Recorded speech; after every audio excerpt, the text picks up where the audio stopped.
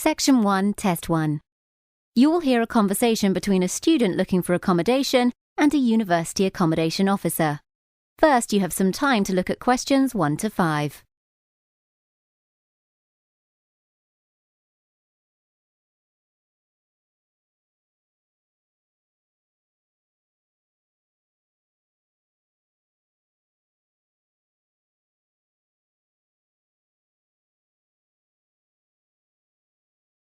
Good morning, Student Services. Hello, is that the accommodation office? Yes, it is. How can I help you? I'm trying to find a place to live. Can you help me, please? Are you with the English Language School? Yes, I have enrolled on a course that starts in 4 weeks. Well, we can offer you 3 types of accommodation. Do you know what you're looking for? No, I don't. Can you tell me what the different types are, please? Yes, certainly. The main types of accommodation are halls of residence, student flats, or homestay. Oh, I see. Can you tell me about the halls, please? Let me see. The halls of residence are about 20 minutes walk from the campus. They cost £60 per week. It's self-catering only, and there's a minimum stay of 40 weeks. My course lasts 8 weeks, so this is more than I need. What else did you say you have? Well, there are student flats owned by private landlords.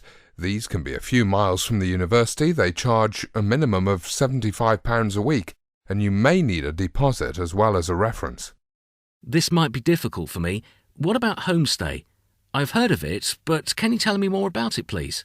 These are family homes and cost from £100 to £150 per week, with a minimum stay of 4 weeks. Yes, this seems like a good idea. Can you tell me more, please?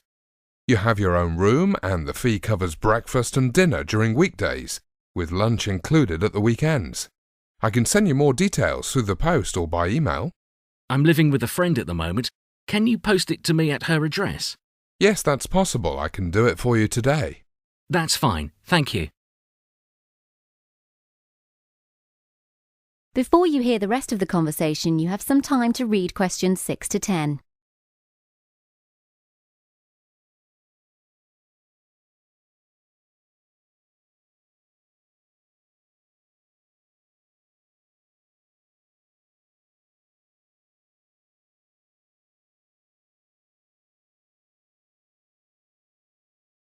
Before I send you the information, I need your address details and some personal information.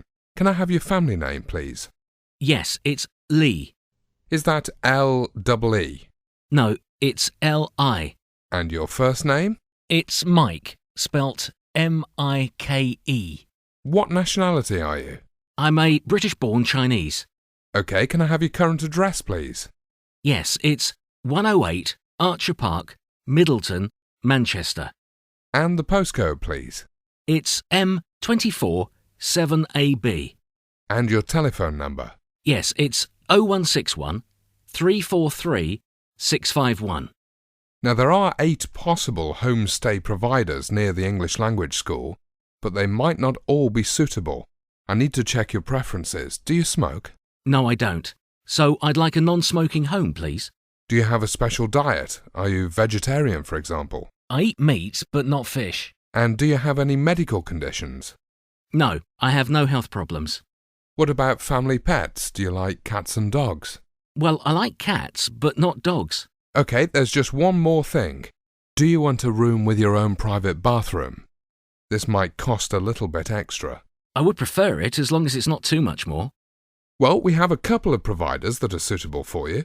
I'll post the information out today. Please contact this office as soon as you've made your decision. Otherwise, you might find that your room has been taken. OK, I'll do that. Thank you. Bye. That is the end of Section 1, Test 1. You now have half a minute to check your answers.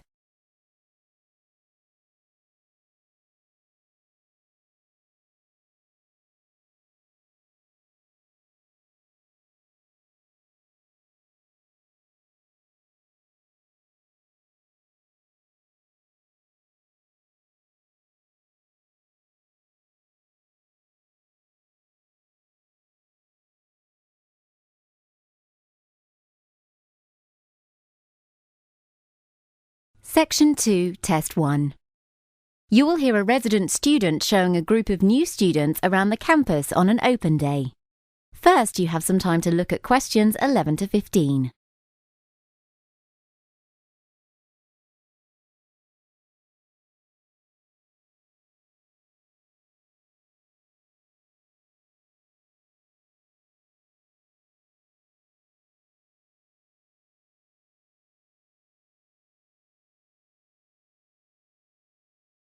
Good morning, everyone, and thank you for attending today's Open Day at the International Student Centre, or ISC building. I'm John, one of the college's resident students. We'll be making a brief tour of the campus first. Please feel free to ask questions as we walk along, and I'll do my best to answer them. Now, from where we are standing, you can see the Arts Centre. It's the circular building directly opposite. The centre is open to both students and the public. There are weekly classes in drawing and painting, music and drama, also photography and ceramics. Directly behind the Arts Centre is the Sports Hall, which houses a fitness room, badminton courts, showers and a steam room. Once again, these facilities are open to the public, though a charge is made if you don't have a sports card. Next to the Arts Centre, a little way up the road, is the Reed Dining Room with its adjoining cafe. The Reed Dining Room is named after Dr. John Reed. That's R-E-E-D, the last principal of the college. OK, let's take a stroll along Campus Road. This is a pedestrians-only road, so there's no need to worry about cars. I'll say a bit more about cars later. The first building, here on your left, is the Information Services Building, which houses the main library, IT services, and also a media room. Notice the covered walkway to keep you dry when walking between the Information Services and ISC buildings. Right, let's continue along Campus Road a little bit more.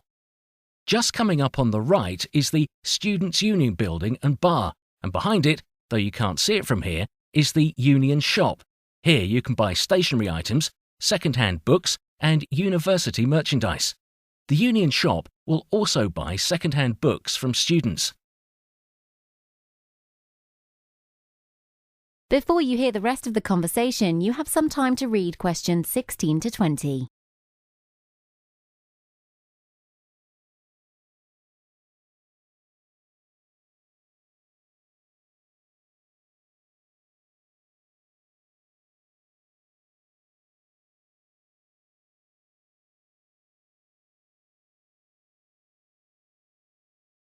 Any questions so far?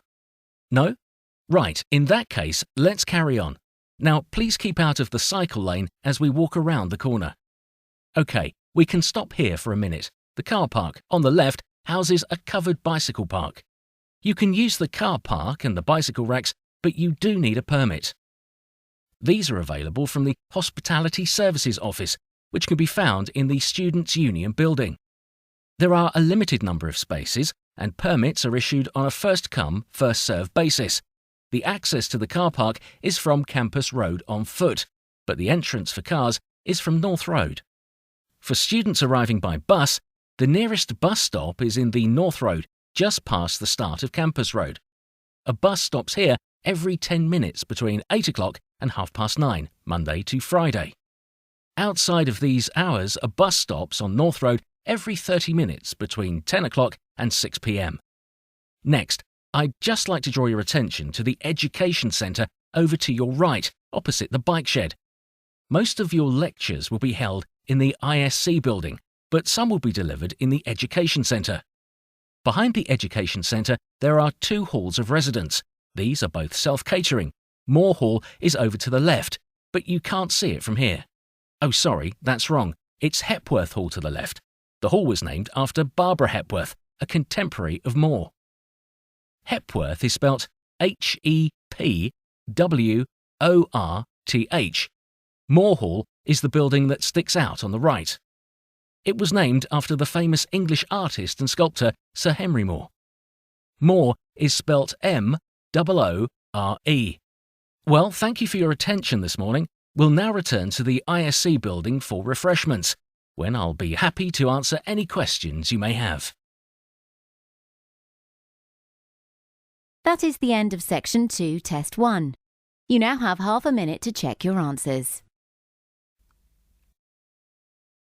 Section 3, Test 1.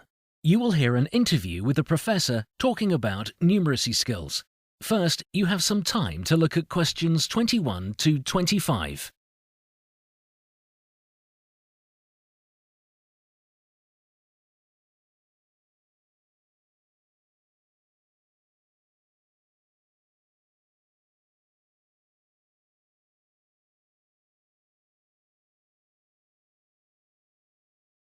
Good morning. We're pleased to welcome Professor Lewis Counter from the European Numeracy Centre, who has come here today to talk about Numeracy Week. Professor Counter, I'd like to start by asking, what is Numeracy Week and who is it aimed at? Is it mostly for young people or adults? Well, Numeracy Week is part of a strategy to improve mathematical skills throughout the European Union. It aims to raise awareness that improving your numeracy can be a rewarding experience for people of all ages, not just one particular age group. Oh, I see. And why are mathematical skills so important in today's society? A lack of numerical skill prevents people from applying for better paid jobs, or from retraining, or perhaps from entering higher education. What's more, there's a knock-on effect on future generations when parents are unable to assist their children with maths homework. A relationship exists between success in the classroom and parental input at home.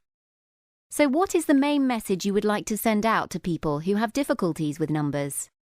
Well, people shouldn't feel embarrassed about their lack of mathematical knowledge. It's a widespread problem, as in fact is literacy. I would like to see more people enrolling on numeracy courses, no matter how poor someone perceives his or her numeracy to be. And what are the key skills covered in these types of classes? Well, in the past, classes tended to focus on basic arithmetic skills without sufficient real-life context. Today, we like to view numeracy from a vocational perspective.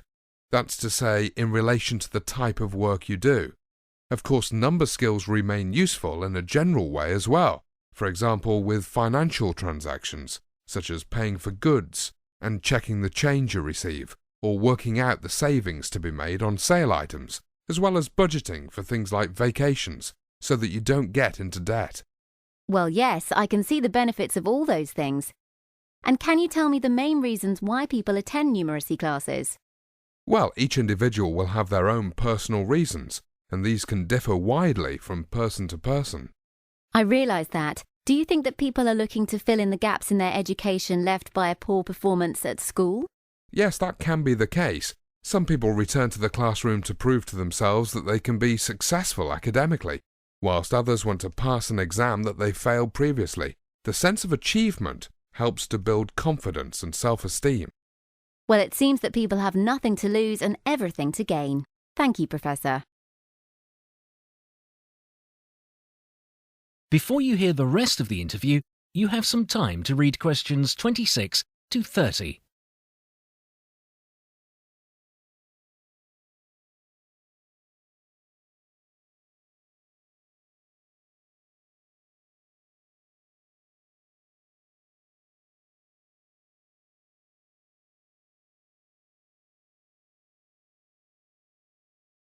Did you catch that question, Professor? One of our listeners would like to know more about the numeracy curriculum.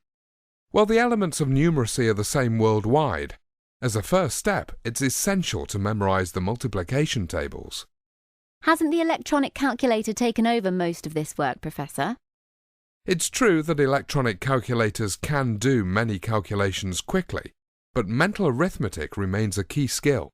You can't use a calculator to cancel fractions, for example. No, that's true. And what about the metric system, as we're part of Europe? Yes, I'm glad you mentioned that. It's vital for people to get to grips with the metric system of measurement, which must be included in any curriculum. And what about the workplace? You mentioned a vocational perspective earlier.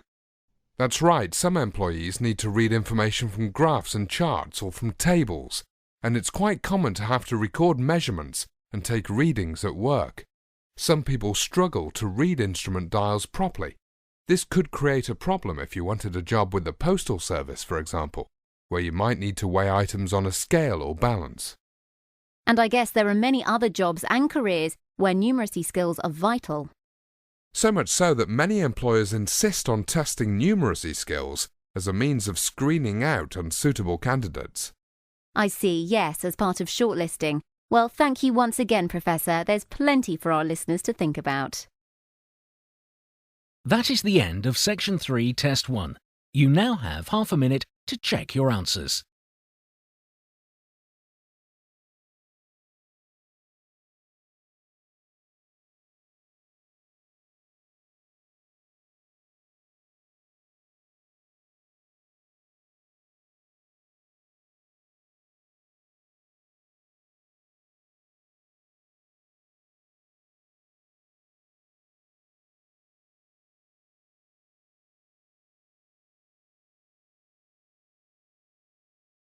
Section 4, Test 1. You will hear a climatologist talking about tropical storms and the hurricane naming system. First, you have some time to look at questions 31 to 40.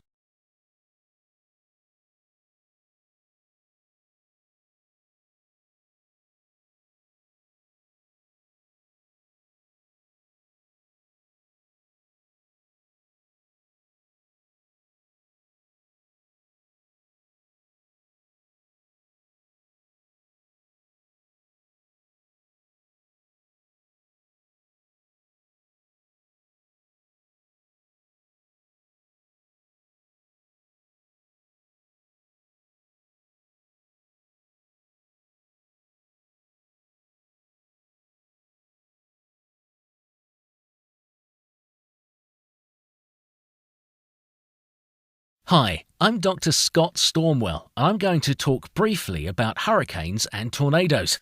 I'll be covering how and where they form. Then I'll move on to describe the hurricane naming system. By that, I mean the use of male and female first names, like Hurricane Calvin or Hurricane Julia. And whilst we're on the subject of names, I'll also be explaining the differences between names like cyclone, hurricane, typhoon, tornado, and twister. Some of these names are used interchangeably to refer to the same phenomena, which can lead to confusion. But I'll be keeping to the strict meteorological definitions. OK, a twister is the informal name for a tornado, so that's easy.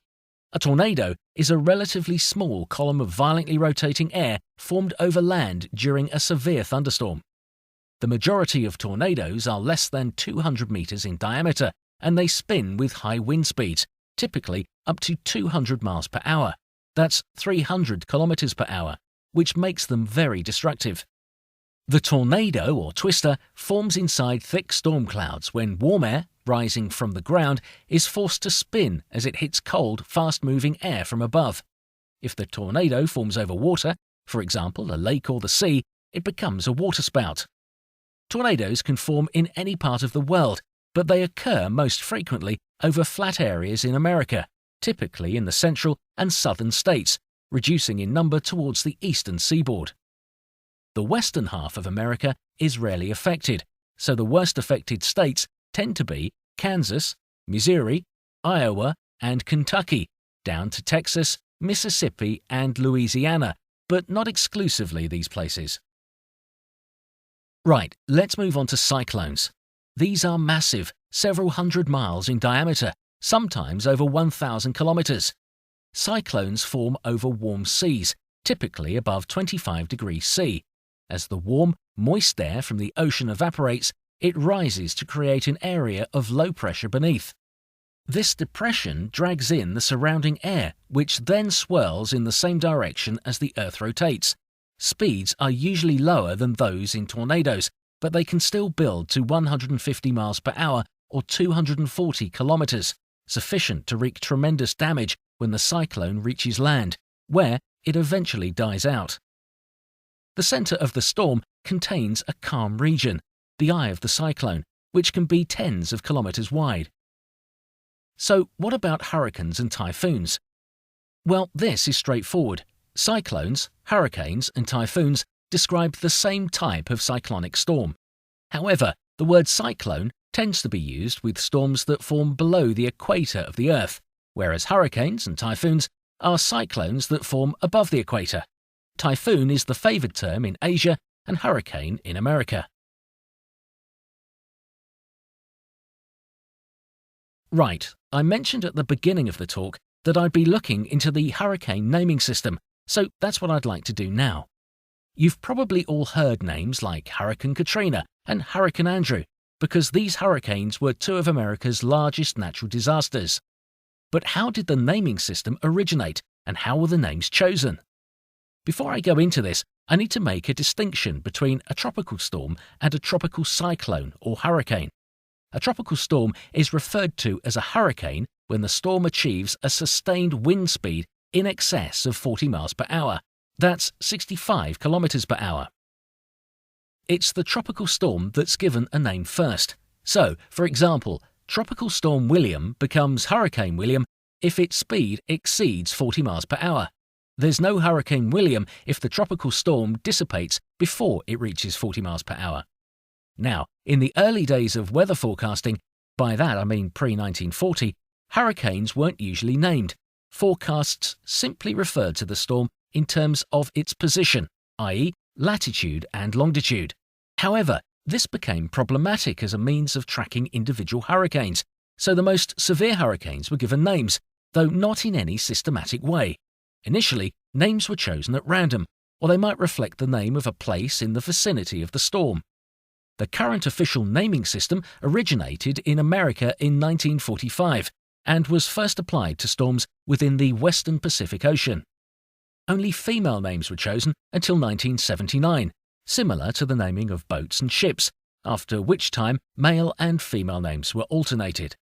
Today, there are official lists of names for most of the world's oceans. In most cases, at least 20 names per ocean per year are made available. The names are placed in alphabetical order, so the first tropical storm of the season will start with the letter A, and the next storm will have a name starting with the letter B, and so on.